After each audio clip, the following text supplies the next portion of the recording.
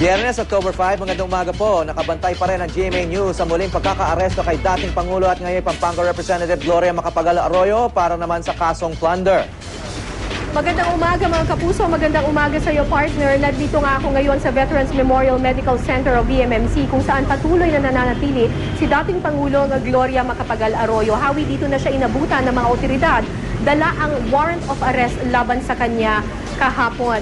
Kapansin-pansin Hawi, kagabi kasi maraming mga rallyista dito sa paligid ng VMMC. Ito yung mga pro-Gloria supporters. Pero ngayon, kapansin-pansin Hawi, halos walang pro-Gloria supporters na makikita dito sa paligid ng VMMC. Tanging ang mga miyembro lamang ng media at ang mga pulis na nagbabantay ang makikita mo dito sa labas ng Veterans Memorial Medical Center. Mahigit 100 ang puwersa ng pulis na nakadestino ngayon dito. Sila ay galing sa QCPD at NCRPO at Special Action Force. Patuloy ang kanilang pagbabantay sa paligid ng VMMC. Samantalang ang Police Security Protection Group naman ang naka-assign sa mismong presidential suite kung saan naroon nga si dating Pangulong Arroyo. Mahigpit ang pagbabawal sa mga rallyista at sa mga miyembro ng media.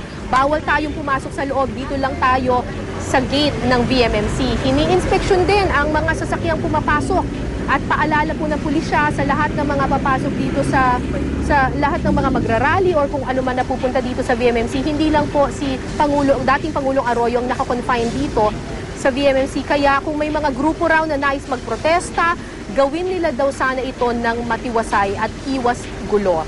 Narito ang pahayag ni Police Superintendent Pedro Sanchez, ang Station 2 Commander.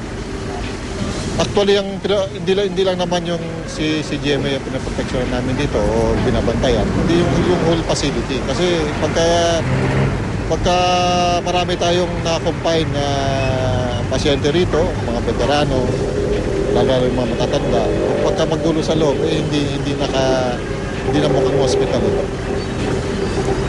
Samantala, sa mga oras na ito ay maayos naman ang lagay ng trapiko at maayos din ang sitwasyon dito sa labas ng VMMC.